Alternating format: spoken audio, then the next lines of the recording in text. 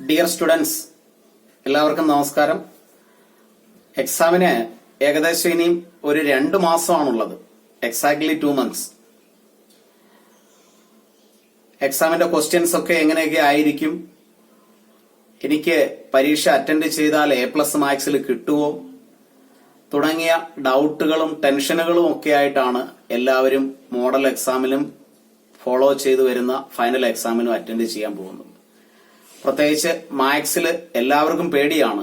എങ്ങനെയൊക്കെ ആയിരിക്കും ക്വസ്റ്റ്യന്റെ മോഡൽ എങ്ങനെയായിരിക്കും, 3 hours എല്ലാം അറ്റൻഡ് ചെയ്ത് തീർക്കാൻ കഴിയുമോ, അങ്ങനെ ചെയ്താൽ തന്നെ എത്ര എണ്ണം ശരിയായിരിക്കും, ഇത്തരത്തിലുള്ള എല്ലാ ഡൗട്ടുകളും നമ്മളുടെ പ്രാക്ടീസ് കുറവുകൊണ്ടും നമ്മൾ മാത്സിനെ അപ്രോച്ച് ചെയ്യുന്ന മെത്തേഡ് അല്ലെങ്കിൽ മാത്സ് ചെയ്തു പഠിക്കുന്ന മെത്തേഡ് അതിലുള്ള വ്യത്യാസം കൊണ്ടും തെറ്റായ രീതികൾ ഫോളോ ചെയ്യുന്നത് കൊണ്ടും മാത്രമാണ്.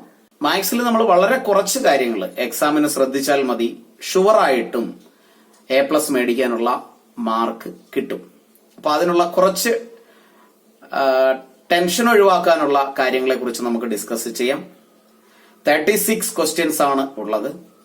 ആ ക്വസ്റ്റ്യൻസിന്റെ ടൈപ്പ് എങ്ങനെയൊക്കെയാണെന്നും ഓരോ ആ ക്വസ്റ്റ്യന്റെയും മാർക്ക് എത്രയാണെന്നും എത്ര ചോയ്സ് ക്വസ്റ്റ്യൻസ് ഉണ്ടെന്നും കേസ് സ്റ്റഡീസ് എത്രയാണെന്നും നമുക്ക് ഈ വീഡിയോയുടെ ലാസ്റ്റിൽ ഡിസ്കസ് ചെയ്യാം. ആദ്യം നമുക്ക് എല്ലാവർക്കും പറ്റുന്ന കുറച്ച് തെറ്റുകളും എല്ലാവരും ശ്രദ്ധിക്കേണ്ട കുറച്ച് പോയിന്റ്സ് ഏതൊക്കെയാണെന്നൊന്ന് ഡിസ്കസ് ചെയ്തിട്ട് ഫൈനൽ സ്റ്റേജിലേക്ക് പോകാം. 80 മാർക്സിന്റെ ക്വസ്റ്റ്യൻ ആണ് ടോട്ടൽ. 30% പോർഷൻ ടോട്ടലി എലിമിനേറ്റഡ് ആണ്. ആ ഒരു പോർഷനിൽ നിന്ന് പഠിക്കേണ്ട ആവശ്യമില്ല. ബാക്കിയുള്ള 70% മാത്രം പഠിച്ചാൽ മതിയാകും. അതിൽ ടെക്സ്റ്റിലുള്ള എക്സാമ്പിൾ ക്വസ്റ്റ്യൻസ്, എക്സ്പ്ലെയിൻ ചെയ്തു തന്നിരിക്കുന്ന എക്സാമ്പിൾ ക്വസ്റ്റ്യൻസ്, എക്സർസൈസ് ക്വസ്റ്റ്യൻസ്, ഇതെല്ലാം ഒരു റൗണ്ടിൽ ചെയ്ത് കംപ്ലീറ്റ് ചെയ്യുക. സാറ്റിസ്ഫൈ ആവുക ചെയ്യുന്ന കൂട്ടത്തിൽ. അതായത് ഒരു ക്വസ്റ്റ്യൻ സ്വന്തമായി കറക്റ്റായിട്ട് ആൻസർ കിട്ടത്തക്ക വിധത്തിൽ ചെയ്യാൻ കഴിയും എന്ന് ഉറപ്പുവരുത്തുക. അതിനുശേഷം പ്രീവിയസ് ക്വസ്റ്റ്യൻസ് എടുത്ത് വർക്ക് ചെയ്യുക. സോ ദാറ്റ് എല്ലാ ടൈപ്പ് ക്വസ്റ്റ്യൻസും നമുക്ക് ചെയ്തു പഠിക്കാനും ആ ഒരു പേടി ഒഴിവാക്കാനും കഴിയും. പ്രീവിയസ് ക്വസ്റ്റ്യൻസ് വർക്ക് ചെയ്തതിന് ശേഷം ചെയ്യേണ്ടത് ന്യൂ മോഡൽ ക്വസ്റ്റ്യൻസ്, അതായത് 30% എലിമിനേറ്റ് ചെയ്തതിന് ശേഷമുള്ള 70% പോർഷനിൽ നിന്നും ഏതൊക്കെ ടൈപ്പ് ക്വസ്റ്റ്യൻസ് എങ്ങനെയൊക്കെ ചോദിക്കാം എന്ന മെത്തേഡിലുള്ള ന്യൂ മോഡൽ ക്വസ്റ്റ്യൻസ്. ആ ന്യൂ മോഡൽ ക്വസ്റ്റ്യൻസ് ചെയ്തു പഠിക്കുക എന്നുള്ളതാണ് ഏറ്റവും പ്രധാനപ്പെട്ട ഒരു പോയിന്റ്. അപ്പോ ന്യൂ മോഡൽ ക്വസ്റ്റ്യൻസ് ഇല്ലാത്തവര്, മിക്കവാറും എല്ലാവരുടെയും കയ്യിൽ മോഡൽ എക്സാമിന്റെ ഒരു ക്വസ്റ്റ്യൻ കിട്ടിയിട്ടുണ്ടാവും. ഇനി അഥവാ അതിൽ കൂടുതൽ ക്വസ്റ്റ്യൻസ് വേണം, കിട്ടാത്തവര് അപ്രോച്ച് ചെയ്താൽ അല്ലെങ്കിൽ എനിക്ക് മെസ്സേജ് ഇട്ടാൽ new model questions with answer ഞാൻ സെൻഡ് ചെയ്തു തരുന്നതായിരിക്കും. അങ്ങനെയുള്ള ഒരു ക്വസ്റ്റ്യൻ സ്കൂളിൽ പോയി എങ്ങനെയാണോ എക്സാം എഴുതുന്നത് അതേ സീരിയസ്നെസ്സില് എല്ലാ കാര്യങ്ങളെയും ഒഴിവാക്കി എക്സാം എഴുതാനിരിക്കുന്നത് പോലെ തന്നെ വീട്ടിലിരുന്ന് ക്വസ്റ്റ്യൻ മൊബൈലിൽ നോക്കിയോ ലാപ്ടോപ്പിൽ നോക്കിയോ എക്സാം അറ്റൻഡ് ചെയ്യാതെ പ്രിന്റ് എടുത്ത് വെച്ച് തന്നെ 3 മണിക്കൂർ കൊണ്ട് മാക്സിമം ക്വസ്റ്റ്യൻസ് അറ്റൻഡ് ചെയ്യുന്ന ഒരു പ്രാക്ടീസ് മെത്തേഡ് ഉണ്ടാക്കിയെടുക്കുക. ആദ്യത്തെ ഒരു ക്വസ്റ്റ്യൻ അറ്റൻഡ് ചെയ്യുമ്പോൾ ഒരു 70% ക്വസ്റ്റ്യൻസിനെ കറക്റ്റ് ആൻസർ ചെയ്യാൻ നമുക്ക് കഴിയും. അത് മനസ്സിലാക്കിക്കൊണ്ട് അല്ലെങ്കിൽ അവിടെ നമുക്ക് ഏതൊക്കെ പോർഷനിലാണ് ബുദ്ധിമുട്ട് അനുഭവപ്പെടുന്നത്, എന്തൊക്കെയാണ് നമ്മൾ ശ്രദ്ധിക്കേണ്ട കാര്യങ്ങൾ എന്ന് സ്വയം മനസ്സിലാക്കിക്കൊണ്ട് അതിനെ കറക്റ്റ് ചെയ്ത് ഒരു ദിവസം ഗ്യാപ്പ് കഴിഞ്ഞ് മൂന്നാമത്തെ ദിവസം വീണ്ടും ഒരു ക്വസ്റ്റ്യൻ എടുത്ത് വർക്ക് ചെയ്യുക. അപ്പൊ നമുക്ക് കുറച്ചുകൂടി ഇംപ്രൂവ് ചെയ്യാൻ കഴിയും. അതിനുശേഷം മൂന്നാമത് ഒരു ക്വസ്റ്റ്യൻ കൂടി വർക്ക് ചെയ്യുമ്പോൾ മാക്സിമം ക്വസ്റ്റ്യൻസ്, അതായത് 80 മാർക്സിന്റെ ക്വസ്റ്റ്യൻസ് നമുക്ക് അറ്റൻഡ് ചെയ്യാൻ 100% കഴിയും. അപ്പൊ അങ്ങനെ എഴുതുമ്പോൾ 1 മണിക്കൂർ എക്സാം എഴുതി, എന്നാൽ ഇനി ഒരു അരമണിക്കൂർ റെസ്റ്റ് എടുത്തിട്ട് വീണ്ടും 1 മണിക്കൂർ എഴുതാം എന്ന രീതിയിൽ എഴുതരുത്. അത് എക്സാമിന്റെ ആ ഒരു കണ്ടിന്യൂറ്റിയും സീരിയസ്നെസ്സും ഇല്ലാതാക്കും. ആ എക്സാം എഴുതി വരുന്ന ഒരു ഫ്ലോ തന്നെ ഇല്ലാതാക്കും. അതുകൊണ്ട് കണ്ടിന്യൂസ് വേണം അങ്ങനെ എഴുതാൻ. 3 ക്വസ്റ്റ്യൻ അറ്റൻഡ് ചെയ്ത് 4ാമത്തെ ഒരു പ്രാക്ടീസ് ടെസ്റ്റ് നടത്തുമ്പോൾ നമുക്കൊരു കോൺഫിഡൻസ് ലെവൽ സ്വന്തമായിട്ടുണ്ടാകുകയും ഒപ്പം സ്വന്തമായി ഒരു ടൈം മാനേജ്മെന്റ് ഉണ്ടാക്കിയെടുക്കാനും കഴിയും. അതായത് ഇത്ര ടൈം കൊണ്ട് ഞാൻ ഇങ്ങനെയൊക്കെ എഴുതിയാൽ എനിക്കെല്ലാം എഴുതാൻ കഴിയും. ആ ഒരു ടൈം മാനേജ്മെന്റ് ആയാൽ തന്നെ എല്ലാവരും എക്സാം കഴിഞ്ഞ് എക്സാം ഹാളിൽ നിന്ന് പുറത്തു വന്ന് പറയുന്ന ഒരു സ്ഥിരം കാര്യം പറയേണ്ടി വരത്തില്ല. എല്ലാം എനിക്ക് അറിയാവുന്ന ക്വസ്റ്റ്യൻസ് ആയിരുന്നു, എക്സാം എഴുതാൻ ടൈം തികഞ്ഞില്ല എന്നുള്ള ഒരു കാര്യം. അത് ഈ പ്രാക്ടീസിലൂടെ നമുക്ക് നേടിയെടുക്കാവുന്നതേ ഉള്ളൂ, ടൈം മാനേജ്മെന്റ്. പിന്നീട് ശ്രദ്ധിക്കേണ്ട ഒരു കാര്യം കേസ് സ്റ്റഡി ക്വസ്റ്റ്യൻസ് ആണ്. 4 കേസ് സ്റ്റഡി ക്വസ്റ്റ്യൻസ് ആണുള്ളത്. ഈ കേസ് സ്റ്റഡി ക്വസ്റ്റ്യൻസില് ഒരു സ്റ്റോറി പോലെയാണ് ആ ക്വസ്റ്റ്യൻസ് പ്രസന്റ് ചെയ്യാറ്. അങ്ങനെയുള്ള ക്വസ്റ്റ്യൻസ് നമ്മൾ ഫസ്റ്റ് റീഡിങ്ങിൽ തന്നെ സീരിയസ് ആയിട്ട് കോൺസെൻട്രേറ്റ് ചെയ്ത് റീഡ് ചെയ്യുകയാണെങ്കിൽ അതിനെ ഒരു സെക്കൻഡ് ടൈം റീഡിങ്ങിന്റെ ആവശ്യം വേണ്ടി വരത്തില്ല. In case second time third time read ചെയ്യേണ്ടി വരികയാണെങ്കിൽ നമ്മുടെ തന്നെ എക്സാം എഴുതാനുള്ള ടൈമാണ് നമ്മൾ സ്പോയിൽ ചെയ്യുന്നത്. അതിലൂടെ ബാക്കി ക്വസ്റ്റ്യൻസ് അറ്റൻഡ് ചെയ്യാനുള്ള ടൈം നമ്മൾ ഇല്ലാതാക്കുകയാണ്. അതുകൊണ്ട് കേസ് സ്റ്റഡി ക്വസ്റ്റ്യൻസ് വായിക്കുമ്പോൾ സീരിയസ് ആയിട്ട് കോൺസെൻട്രേറ്റ് ചെയ്ത് വായിക്കുക. സോ ദാറ്റ് ഫസ്റ്റ് റീഡിങ്ങിൽ തന്നെ നമുക്ക് ആ ക്വസ്റ്റ്യന്റെ കണ്ടന്റ് എന്താണെന്നും ഫോളോ ചെയ്ത് വരുന്ന സബ് ക്വസ്റ്റ്യൻസിനും ആൻസർ ചെയ്യാൻ കഴിയും. അത് നന്നായി റീഡ് ചെയ്യുകയാണെങ്കിൽ 5 സബ് ക്വസ്റ്റ്യൻസ് അത്ര ടഫ് ക്വസ്റ്റ്യൻസ് ആയിരിക്കില്ല, വളരെ സിമ്പിൾ ക്വസ്റ്റ്യൻസ് ആയിരിക്കും. ആ സിമ്പിൾ ക്വസ്റ്റ്യൻ ഓരോന്നിനും ഓരോ മാർക്ക്. അങ്ങനെ 4 കേസ് സ്റ്റഡി ക്വസ്റ്റ്യൻസ് ആണ്. അതിലും ഓപ്ഷൻസ് ഉണ്ടായിരിക്കും. ഓപ്ഷൻസിനെ കുറിച്ച് നമുക്ക് പിന്നീട് ഡിസ്കസ് ചെയ്യാം. അങ്ങനെ കേസ് സ്റ്റഡി ക്വസ്റ്റ്യൻസിലും ശ്രദ്ധിച്ച് എഴുതുന്ന ഒരാൾക്ക് ടെൻഷൻ ഇല്ലാതെ എക്സാം എഴുതാവുന്നതേ ഉള്ളൂ. ഇപ്പൊ മോഡൽ എക്സാം അറ്റൻഡ് ചെയ്ത മിക്ക ആൾക്കാരും 10th സ്റ്റാൻഡേർഡിൽ ഫസ്റ്റ് ടൈം ആയിരിക്കും 15 ചാപ്റ്ററിന്റെ 3 hour 80 മാർക്ക് ക്വസ്റ്റ്യൻ അറ്റൻഡ് ചെയ്തത്. അവിടെ ഒരു പേടിയാണ് ഉണ്ടായത് മിക്ക ആൾക്കാർക്കും. അതായത് 3 hours എനിക്ക് എഴുതി കഴിയാൻ കഴിഞ്ഞില്ലല്ലോ, അല്ലെങ്കിൽ എനിക്ക് 80 മാർക്സിൽ എത്ര സ്കോർ ചെയ്യാൻ പറ്റും എന്നൊക്കെ ഉള്ള ഒരു ടെൻഷൻ. അത് നമ്മൾ ആദ്യമായി ഒരു എക്സാം അങ്ങനെ 3 hours 15 ചാപ്റ്ററിന്റെ ക്വസ്റ്റ്യൻ അറ്റൻഡ് ചെയ്തത് കൊണ്ട് പറ്റിയതാണ്. അതല്ലാതെ നമുക്ക് മാത്സ് അറിയാൻ വയ്യാത്തത് കൊണ്ട് പറ്റിയതല്ല. അപ്പൊ ആ ഒരു പ്രോബ്ലവും ഈ നമ്മുടെ കണ്ടിന്യൂസ് പ്രാക്ടീസിലൂടെ നമുക്ക് ഓവർകം ചെയ്യാവുന്നതേ ഉള്ളൂ. ഇങ്ങനെ വർക്ക് ചെയ്ത് പഠിക്കുമ്പോൾ അതിന്റെ ആൻസർ കൂടി ഞാൻ തരാം. ആ ആൻസർ കമ്പയർ ചെയ്ത് നോക്കുക.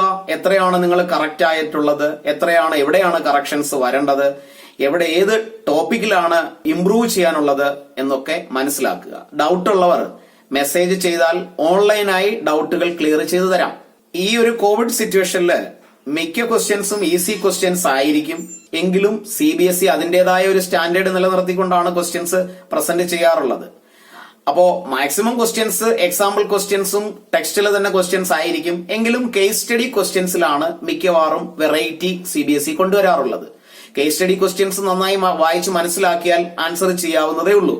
അപ്പൊ അത്തരത്തിലും പേടിക്കേണ്ട യാതൊരു ആവശ്യവുമില്ല ഇത്തവണത്തെ ക്വസ്റ്റ്യനെ ഓർത്ത്. പിന്നെ മറ്റൊന്ന് ശ്രദ്ധിക്കേണ്ട കാര്യം, കൂൾ ഓഫ് ടൈമില് എല്ലാ ക്വസ്റ്റ്യൻസും ഫുൾ റീഡ് ചെയ്യാതെ ഫാസ്റ്റ് റീഡിങ്ങിലൂടെ ഏതൊക്കെ ക്വസ്റ്റ്യൻസ് ആണ് എനിക്ക് കറക്റ്റ് ആയിട്ട് കോൺഫിഡന്റ് ആയിട്ട് തെറ്റില്ലാതെ എഴുതാൻ കഴിയുന്നത് എന്നുള്ള ഒരു ഐഡിയ ഉണ്ടാക്കിയെടുക്കുക.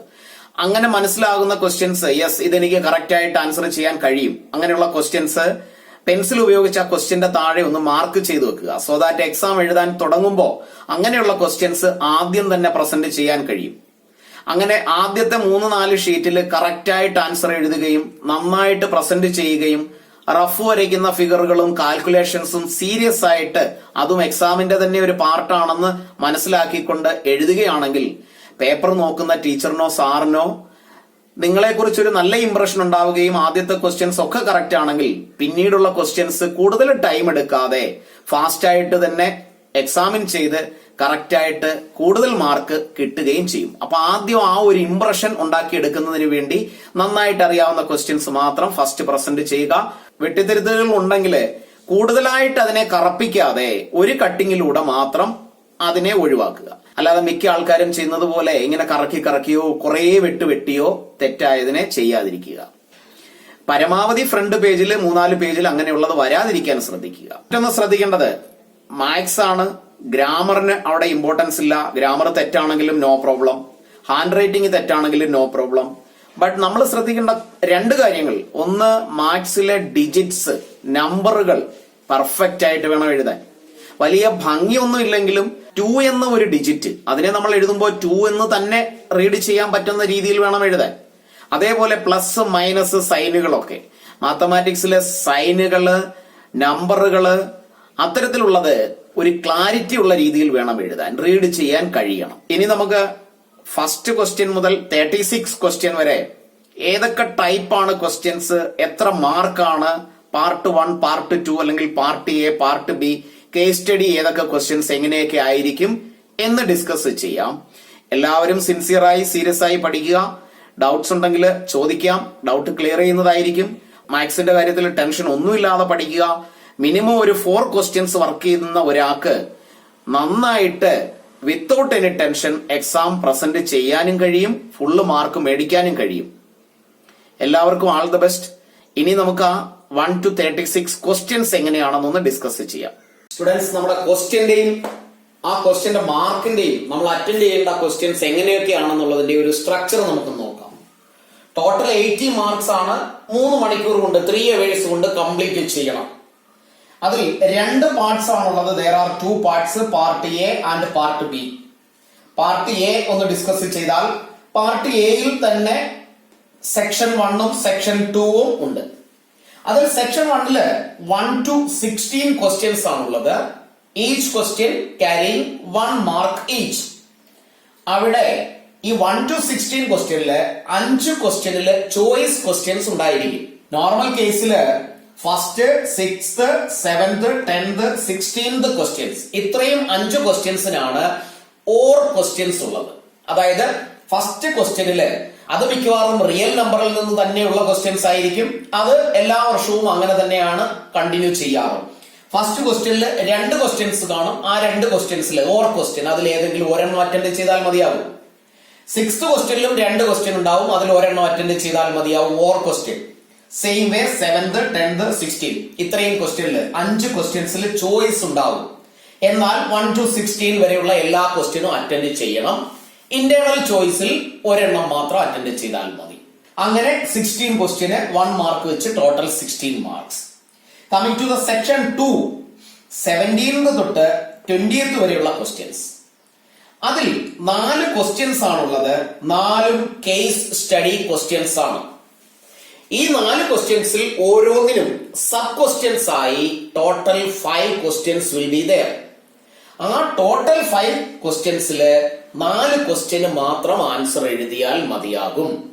അതിൽ ഒരെണ്ണം നമുക്ക് ചോയ്സ് ആണ്. ഏതെങ്കിലും ഒരെണ്ണം നമുക്ക് അറിയില്ല എങ്കിൽ അവിടെ നമ്മളത് സേഫ് ആണ്, ഒരു ക്വസ്റ്റ്യൻ ആൻസർ അറിയില്ല എങ്കിൽ. അപ്പോ ഈ കേസ് സ്റ്റഡി 4 ക്വസ്റ്റ്യനും കമ്പൽസറി ആണ്. സബ് ക്വസ്റ്റ്യൻസ് 5 എണ്ണം ഉള്ളതിൽ 4 എണ്ണം അറ്റൻഡ് ചെയ്താൽ മതി.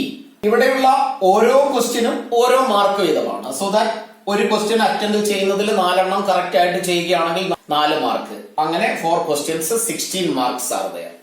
പാർട്ട് ബിയിൽ എത്തുമ്പോ 21 to 26 ആണ്.